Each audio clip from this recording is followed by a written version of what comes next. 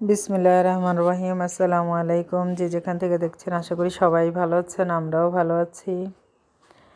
হাঁড়িতে তেলটা গরম করে পেঁয়াজ বেরেস্তা করে নিচ্ছি। পেঁয়াজটা লাল লাল করে ভেজে নিয়েছি।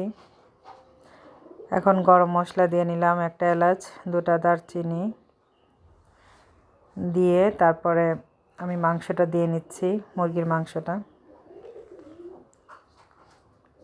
মাংসটা একটু কিছুক্ষণ কষাবো।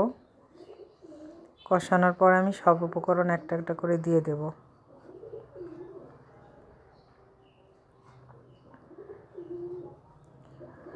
হাঁড়িতে চুলাটা চেঞ্জ করে নিয়েছি, গ্যাসের চুলাটায় একটু গ্যাসটা নিয়ে এজন্য আবার কারেন্টের চুলায় বসালাম।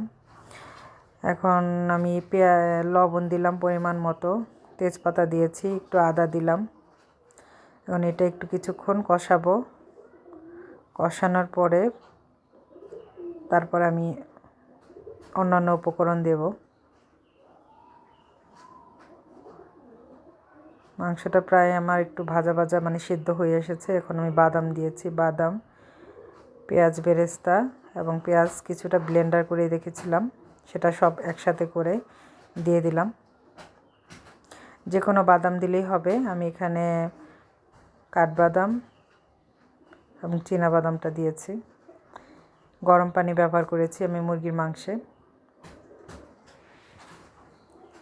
অল্প কিছুক্ষণ রান্নাটা হলেই আমার হয়ে যাবে।